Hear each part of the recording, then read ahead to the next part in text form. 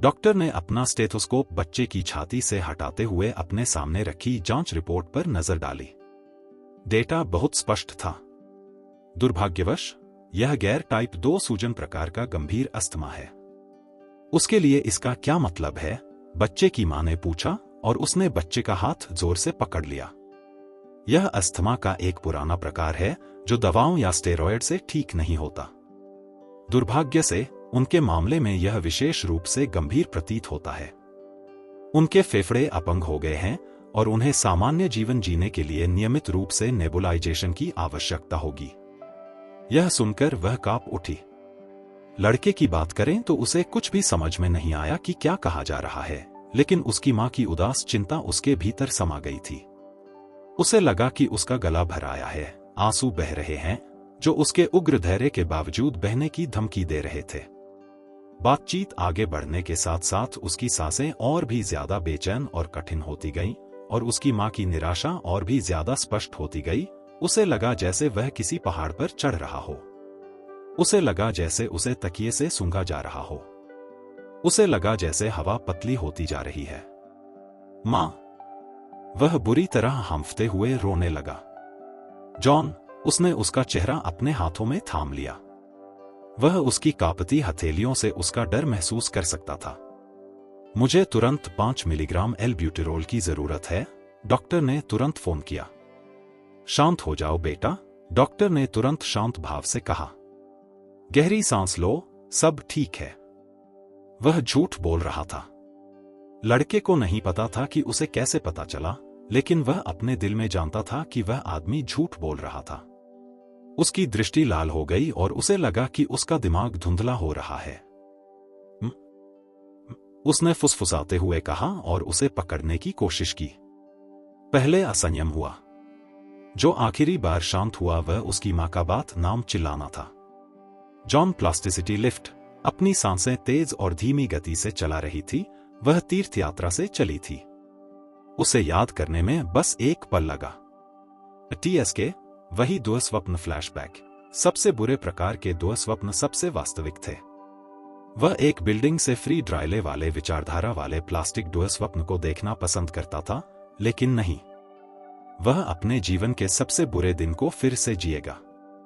जिस दिन उसे गंभीर गंभीर मृत व्यक्ति का पता चला, एक ऐसा अभिशाप जिसने अपने सपने और जुनून को पंगु बना दिया, उसके शरीर को पकड़ लिया गया। अगर यह बीमारी नहीं होती तो मैं क्या क्या हासिल कर सकता था। उसने सांस लेने के लिए हांफटे किसी तरह का घुट-घुट कर बोला। खेल, व्यायाम, यात्रा, सैर और निश्चित रूप से वह सब उसकी सबसे ज्यादा चाहत थी। Martial art. John Falcon martial art के प्रेमी थे। जब से उन्होंने द ड्रैगन डे सीजन में प्रवेश किया, जो पहली मार्शल आर्ट फिल्म थी जिसे उन्होंने कभी देखा था, तब से वे कभी नहीं भूले कि वे कितने अद्भुत थे, कैसे हो सकते थे। वे किस तरह से रहते थे, उनका रुख, उनकी जांच, उनके फुटवर्क, ग्रेपल और निश्चित रूप से उनके हमले उन्हें मंत्रमुग्ध कर देते थे।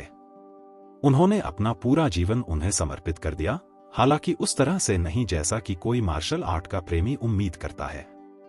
वह गंभीर रूप से मृत शरीर के साथ पैदा हुआ था, इस कारण से उसे कभी भी किसी भी शारीरिक रूप से गहन गहनता में शामिल नहीं किया जा सका, जिसमें मार्शल आर्ट भी शामिल है। इसलिए उनका अभ्यास करने के बजाय उन्होंने अपने जीवन के बारे में सीखने के लिए समर्पित करने का निर्णय लिया। यदि वह एक अभ्यासकर्ता के रूप में मार्शल आर्ट का अध्ययन नहीं कर सका, तो वह एक वैज्ञानिक के रूप में ऐसा चाहता है।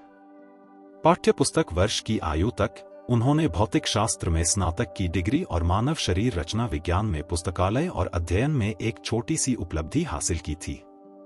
इन त्रिमूर्तियों के ज्ञान को अपने आधार के रूप में लेकर उन्होंने अपना सारा समय मार्शल आर्ट और खेल के खेल पर शोध करने में सहमति व्यक्त की। वे विभिन्न मार्शल आर्ट पर सर्वेक्षण, अध्ययन और प्रयोग कर रहे थे और एक साथ कई चार और खोज पर डेटा एकत्र कर रहे थे और नामांकित कोलोराडो समीक्षित दस्तावेजों में प्रकाशित करने से पहले उनके आधार पर निष्कर्ष और परिकल्पनाएं प्रकाशित की गई थी। 21वीं सदी की शुरुआत में MMA और UFC का आगमन वास्तव में एक प्रमुख उद्योग के रूप में हुआ, जिसमें कुश्ती खेलों के मनोरंजन के लिए एक बड़ा बाजार था। उनका काम आधुनिक MMA की नींव बन गया। 21वीं सदी में मार्शल आर्ट के महत्वपूर्ण अचानक वृद्धि जॉन के लिए एक सपना सच होने जैसा था।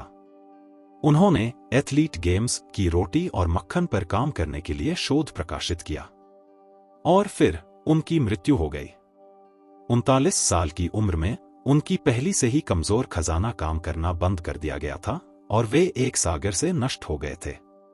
उन्होंने अपना पूरा जीवन अपने दिल और आत्मा को दिया, एक चीज को समर्पित करने की भावना में जिसे उन्होंने प्यार किया था, और उसी से प्यार करते हुए मर गए, जबकि अभी भी उन बेड़ियों को कोसते रहे जो उन्हें वास्तव में उन्हें प्रेरणा से रोकते थे। फिर भी यह अंत नहीं था।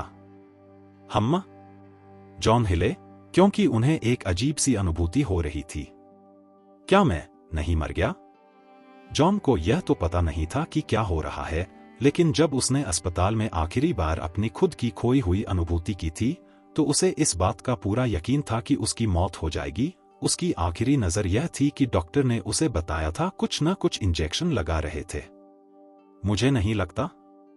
लेकिन उन्होंने मुझे किस में लपेटा था? जेली को टेड कॉन्डम में? वह हिल्डुल से मुश्किल से गुजर रही थी, फिर उसे भी लगा कि वह भ्रूण हत्या की स्थिति में है। मैं इन मादरचोदों पर इतना कठोर परीक्षण कर रहा हूं कि किसी भी तरह के नैतिक व्यवहार के तहत नहीं। क्या वे मुझे शांति से आराम नहीं दे सकते? यह गलत है। पाठन 0veldrama.org द्वारा। तभी उसने महसूस किया कि कोई बल उसे धकेल रहा है। ऐसा लग रहा था कि यह उसके नितंब पर दबाव डाल रहा है और उसे किसी तरह के छेद से धकेलने की कोशिश कर रहा है। इस समय उसे पक्का यकीन था कि कुछ गड़बड़ जरूर है। वह बस इतना हैरान और डरा हुआ था कि इस स्थिति को समझने की कोशिश भी नहीं कर पा रहा था। कुछ सेकंड बाद उसने महसूस किया कि उसका शरीर किसी छेद से बाहर निकल रहा है, और तभी वह घबरा गया और मदद के लिए पुकारने लगा। वाह आ, उसके मुंह से सचमुच यही निकला था। क्या मैं अभी रोया? उसने अपनी आंखें खोली तो देखा कि एक विशालकाय महिला उसे पकड़े हुए थी।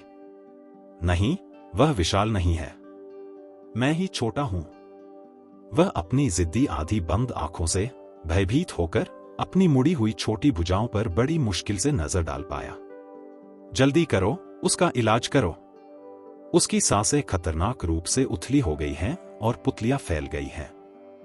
इसके बाद उसकी जैविक मां की हालत स्थिर करने के लिए एक लंबा सत्र चला।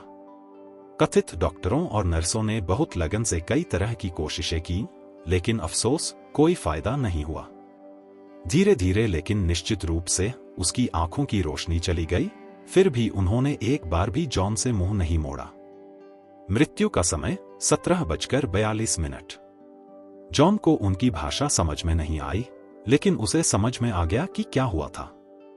हालांकि उसे अभी भी आधा यकीन था कि यह कोई भ्रम था, लेकिन उसे दुख की पीड़ा महसूस हुई, जबकि उसकी चेतना खो गई थी। भाड़ में जाओ मुझे, कृपया इसे एक सपना ही रहने दो। अफसोस, भाग्य ने एक बार फिर उनकी इच्छा को अनदेखा कर दिया। उस शाम को वह स्तब्ध होकर उठा, फिर भी उसे यह समझने में सिर्फ एक पल लगा कि यह कोई भ्रम नहीं था। वह वास्तव में एक शिशु के रूप में पुनर्जन्म ले चुका था, भले ही उसे यह विचार कितना भी बेतुका क्यों न लगे। वह एक छोटे से मेडिकल रूम में था, एक लकड़ी के पालने में एक मोटे तौलिए में लिपटा हुआ। कमरे के विपरीत दिशा में खिड़कियां थीं, एक बाहर की ओर और दूसरी गलियारे की ओर, जहां वह कभी कभी पालने में मौजूद दरारों से नर्सों और डॉक्टरों को आते जाते देख सकता था। उसने चारों ओर नजर घुमाई और पाया कि वह अकेला नहीं था, उसके जैसे कई और बच्चे भी अपने पालने में थे।